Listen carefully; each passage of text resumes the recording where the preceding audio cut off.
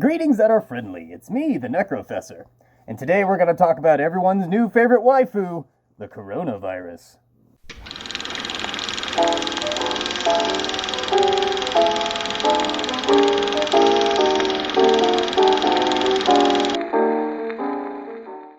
More specifically, the novel coronavirus. Novel meaning that it's brand new, and that it'll be working as its classification. It also runs under another name, such as the Wuhan virus. However, I don't want to use the term Wuhan virus because it seems disingenuous to the people of the Wuhan area. And to be perfectly honest, you wouldn't like to be associated with a town that was known for creating a global health issue, would you? I guess you'd have to be a certain type of person. Anyway, I am going to tackle a few things just because I wanted to have a discussion about the coronavirus and get a little bit of this put down into video format for posterity. There's so many different ways to approach this topic. I had a hard time thinking about even just saying it in general. I could talk about the mass dissemination of misinformation in media. I could talk about the way that politics and crises go hand in hand. I could also talk about the hard statistical facts, which are coming from various sources which could not necessarily be deemed fully credible. So if we can't approach things completely scientifically or empirically, then how are we going to even talk about something like this? Well, let's just focus on what we know, focus on the turn of events that have been taking place, and perhaps speculate a little bit at the end, just for fun. But, well, what is the coronavirus? I'm just going to read off a little broad definition of it, which I have taken from the World Health Organization. It's something along the lines of, it's a virus similar to the family of viruses such as MERS, known as the Middle East Respiratory Virus, or SARS, the Severe Acute Respiratory Syndrome. Ooh, bless you. And the new strain that is known as the novel coronavirus has yet been identified in humans, leading to believe that this very well could be a odd... I can't say conspiracy. For the purposes of this video, perhaps the information that we are receiving as this turn of events unfold may not necessarily be the whole story. I can at least agree on that part. You're wondering, well, what does the common symptoms of the coronavirus entail? Well, it's pretty basic. You have respiratory issues up in the lungs. You could have fevers or coughs, shortness of breath.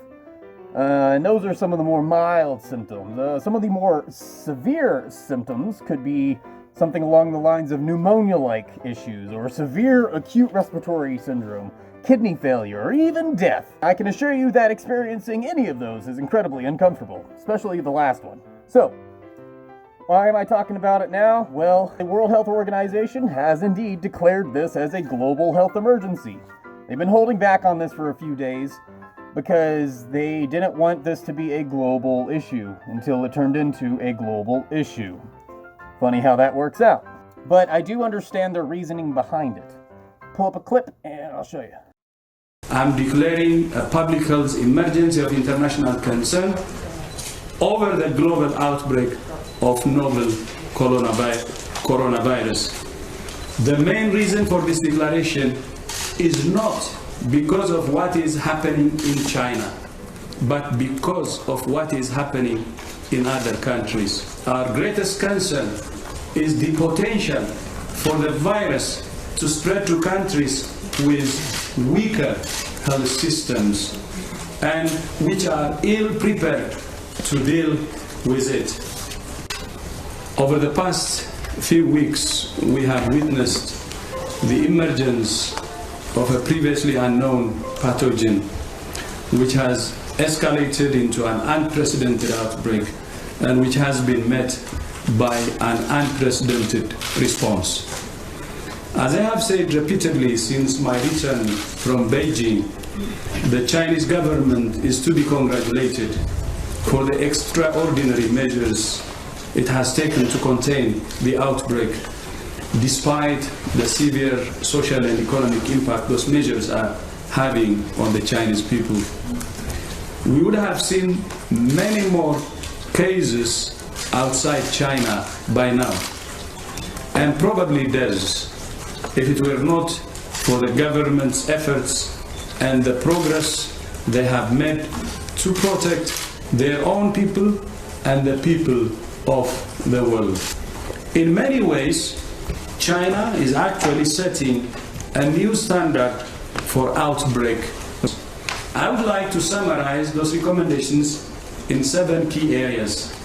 First, there is no reason for measures that unnecessarily interfere with international travel and trade.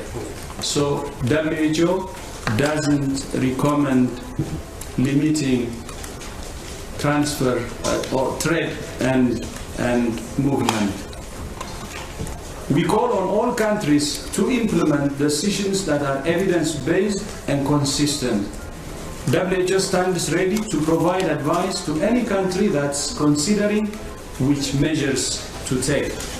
Second, we must support countries with weaker health systems. Third, accelerate the development of vaccines, therapeutics, and diagnostics. Fourth, combat the spread of rumors and misinformation. Fifth, review preparedness plans, identify gaps, and evaluate the resources needed to identify, isolate, and care for cases and prevent transmission. Sixth, share data, knowledge, and experience with WHO in the world. And seventh, the only way we will defeat this outbreak is for all countries to work together in a spirit of solidarity and cooperation. We're all in this together. Now this could all be big and scary. I know if you're anything like me, you've stayed up countless nights watching any videos that have to do with a zombie outbreak or mass contagion, or a viral pandemic, or an overbearing biochemical weapon being used on an unsuspecting populace, and you get a good hoot out of it. It's always fun to keep that disparagement of fiction nice and far away from the real world as possible. It's fun to imagine concepts of hideous biological mutation, but a little less fun in the real world, you know what I mean? Most post-apocalyptic scenarios, for instance, are a little less Mad Max and a lot more just coughing and not feeling good until you die. Profit from fear. Now, this isn't the first example of it, and it certainly will not be the last. I'm sure a few of you remember the last time around 2014 when the Ebola outbreak was all the big topic, and now it doesn't seem like very many people talk about it. How strange. This is no different, and at the end of the day, there's really not much we can do about it. There are certain precautions one can take to prevent the spread of a viral outbreak, such as, the basic stuff. Wash your hands. If you're going to sneeze or cough, employ the Nosferatu method, where you do it into the crook of your arm. Make sure that you wash all of your food items, and your meat, and your chickens, and your porky piggies, and your other animal parts that you decide to ingest. Just make sure you just don't raw dog it, and just don't eat random carcasses. I know it's tempting, they're just lying there, but take my word for it. You're gonna have a bad time. So now that weird ramble's over, let's get to my second point. So this leads to the very first death due to the coronavirus outside of China. This happened within 24 hours ago, and it was a 44-year-old traveling from China to the Philippines, and they died there. I'm not here to tell you how to run your government. I'm not here to say, hey, if your nation is undergoing a sort of viral pandemic, the best option for you is to create a mass quarantine to prevent travel and to keep people locked in their homes as to avoid outbreak, etc., etc. Quarantines historically have been known to kind of backfire. Hold up, let me put these guys back.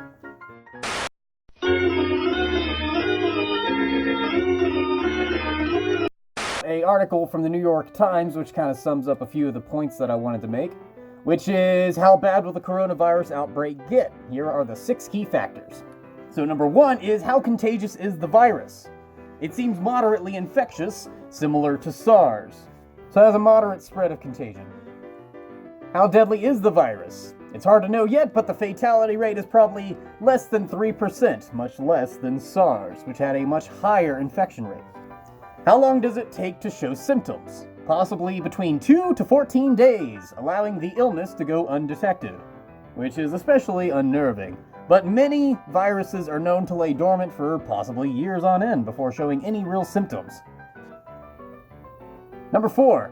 How much have infected people traveled? The virus spread quickly because it started in a transportation hub.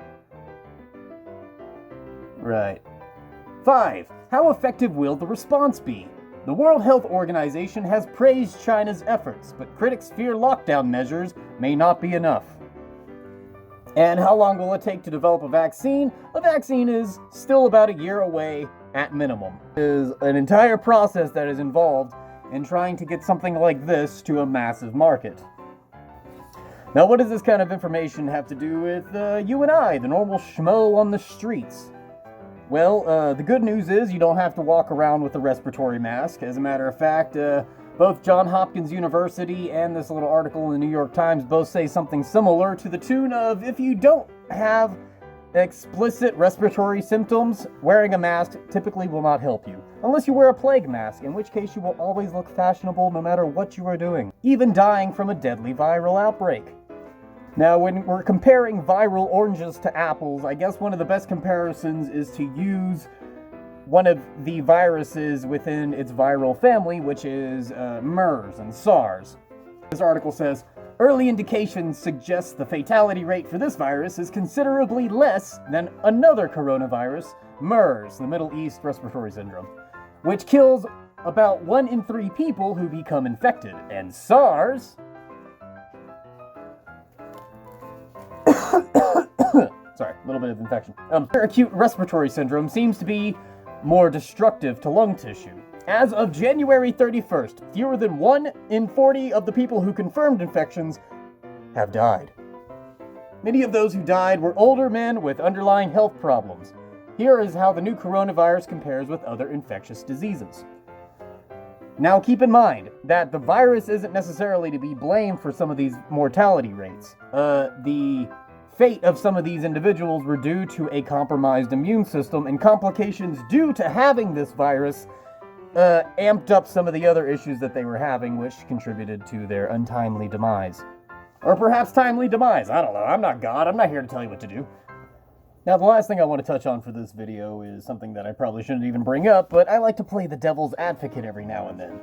And this one is about the transmission outside of animals to humans. Which begs the question, well, that's a bit odd, isn't it? How is a virus that's typically non-symptomatic of infecting humans now been able to achieve such a thing? Now, I don't trust any government, especially my own. Whenever I start to hear issues of mortality rates being hidden from the public knowledge, or that China is undergoing a large, massive cover-up operation to make sure that the unknowing public remains unknowing with certain issues concerning this viral outbreak and the like, it certainly starts to get me a little agitated, because one of the mass plagues that is affecting our modern generation is the spread of misinformation, the spread of fear, as if it were a plague unto itself. Why do I even bring this up? Well, I've been coming across some unfortunate articles, such as this one from SoMag News. This article says, explanation about coronavirus from China, let's burn the dead. That's right, apparently to articles such as this, the Chinese government is going out of its way to make sure that any known casualty from the coronavirus, that individual is to be collected, incinerated, and no funeral processes are to be given for our fallen corona brethren. Those who died must be burned. China, the source of the coronavirus, has now forbidden all actions that can be intimately contracted with the body of sick and dead people, such as funerals and burials. China's National Health Commission brought a new regulation on Saturday. According to the regulation, it was decided to burn the people who died as a result of the disease at the nearest facility. In the statements he made, China's National Health Commission said, no farewell ceremony or any other funeral proceedings involving diseased corpses should be carried out. Is this true? I wish I had agents in China on the ground to tell me that this sort of information is in fact real. Not only that, but I'm coming across other articles such as people around the Hubei province gearing up to relinquish their pets as China orders a mass slaughter of all domestic pets. That's right, people. China's now inherently forcing a mass pet culling. I haven't gotten to use culling in a while. It says, the sad and sickening news comes from a day after China's top expert suggested that pets might also be infected by the new virus, leading to fears it would escalate and spread of the virus even more. The amount of pets that are to be killed is estimated to be in the millions. I just cannot imagine the grief owners are facing, but with no cure or vaccine in sight, it has to be done. There is no other way. Now, does that sound like a telling article with an odd, unusual bias slant towards something or other? It certainly feels like it, doesn't it? And that's what I'm getting at. This sort of rhetoric is one of the most infuriating aspects of any viral pandemic. Whether or not this is even true, the fact that they are trying to spread this information with no real examples is disconcerting.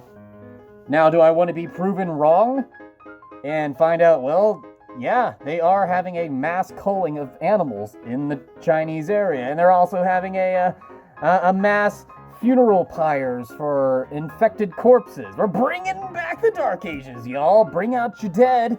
That's the part with research, is that you will be bombarded with misinformation on every front, and it's important to use your better reasoning. But don't take it from me, I'm just a guy in a mask. Now, am I telling you to take a giant bucket of coronavirus and dump it on yourself in solidarity? I mean, if that's how you like to spend your weekends, I'm not gonna slant that, you do you. This is all rather depressing. But hey, that's the nature of plagues sometimes. So if there's anything that you take away from this video, it's that 1, this is a global health issue. It may not necessarily be affecting you directly now, but it is certainly something to keep in mind. Take preservative countermeasures to retain your life vessel. Only you can do that. Educate yourself. We may not know much about viruses as just a normal schmo on the streets, but we can do whatever we can to try and armor ourselves with the events that are taking place and try to take a rational standpoint on how we would approach it ourselves. Don't pretend like it's not necessarily your problem, because by the time it is, it may already be too late. Number 2 is that the media likes to make you scared. It likes to freak you out. It likes to put a little bit of a truth mixed with a big heaping helping of a lie and swirl them together into a concoction that is just oddly believable. And horrifying enough is that people suck this stuff down and consider that the truth outside of actual facts and information. Now, this is a dangerous way of thinking because it promotes prejudice and xenophobic behavior. For instance, just as a thought experiment, what is the first thing you think of whenever you think of the word Wuhan? Does it necessarily fill you with thoughts of wanting to go travel? Or does it fill you with an odd dread for a pandemic that is yet fully understood? That's all I'm saying here, is to try and understand that the broader media outlets are going to try and get into your head. And the best thing that you can do is just try to absorb all of it, use your better judgment, and at the end of the day, if you do not know, try not to claim that you do. Because at the end of the day, the information that you may be presented with may just be a flat-out lie trying to push some sort of narrative. Except for me! The only narrative I want to press is that I love you and I appreciate you spending any time with me that you do. I think that my last thing that I want to touch on is that I will continue monitoring this situation as it continues to develop, and as the infection numbers increase, as the preservative measures are taken into effect, as national issues are being addressed, I will be there on the ground floor trying to clamor this together into some sort of video that you could possibly appreciate. In either way, I appreciate you being here, and I will catch you in the next video. Notice me, Corona-chan! Notice me!